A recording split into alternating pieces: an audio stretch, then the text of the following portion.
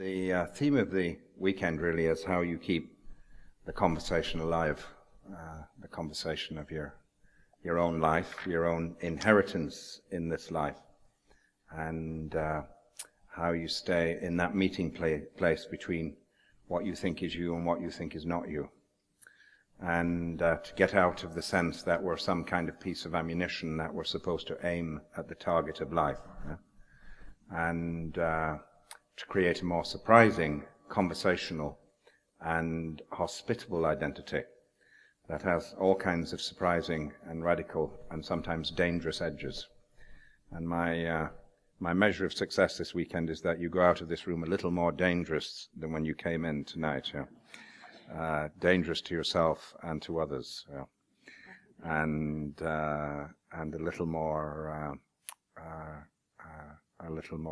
generous, in touch with a larger horizon, but with your feet on very determinedly on the ground.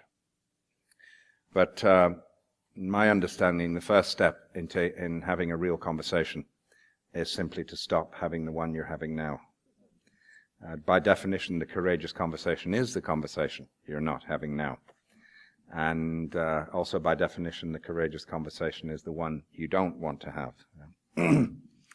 And the courageous conversation is one which you hope isn't true, that there's another one you can have in its stead. And it's very similar in a sense to our approach to life.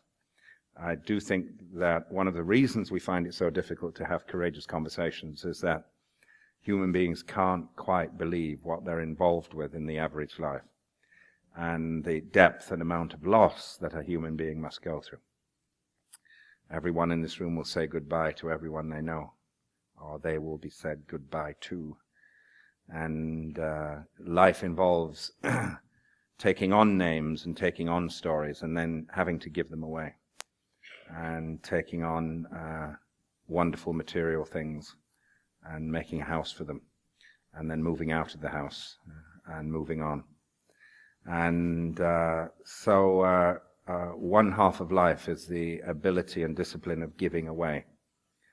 Quite often things that you thought were yours forever, and giving away what is now out of season and what is about to come into season.